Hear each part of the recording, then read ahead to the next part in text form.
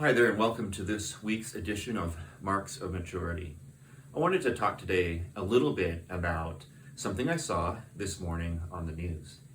In Everett, there was another violent crime, and that's not a shot at Everett, by the way. It's just an acknowledgement that even in our kind of greater community, our region of the globe, so to speak, that we're seeing an increase. We're seeing, it seems like, more and more crimes that aren't just crimes, but violent crimes.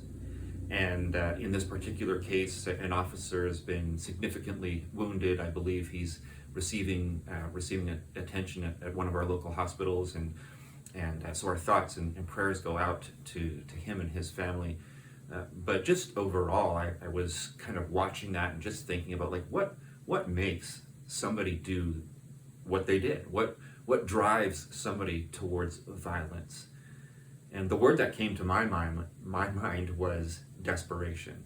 That somebody was desperate. Desperation drove them into a place where perhaps they were needing drugs, substances. Maybe they were needing power, money. Maybe it was territorial. I don't know what the specific thing would have been, what the exact motivation was, but all of those things to me speak of desperation. Somebody wants something so badly that they will go to that length in order to achieve their goal. The sad thing is they likely didn't experience what they were hoping to get or to find, and so violence was the result. You know, in our culture today, in our society today, we're seeing, I think, an increase in desperation. People are desperate for connection. People are desperate for just kind of a way to escape the hard things of life. And we see people turning to drugs, people turning to all kinds of pursuits of pleasure.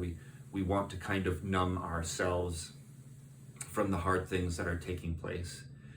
And so I wanted to bring this to you, this idea that being desperate actually isn't always bad, but the object of our desperation matters a great deal.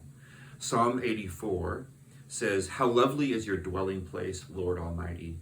My soul yearns, even faints, for the courts of the Lord. My heart and my flesh cry out for the living God."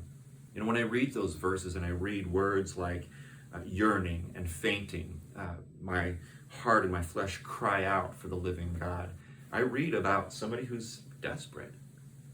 But instead of turning to things that disappoint, instead of turning to things that will ultimately cause us to spiral downward and to feel empty in the end, the sons of Korah who composed that turned to God.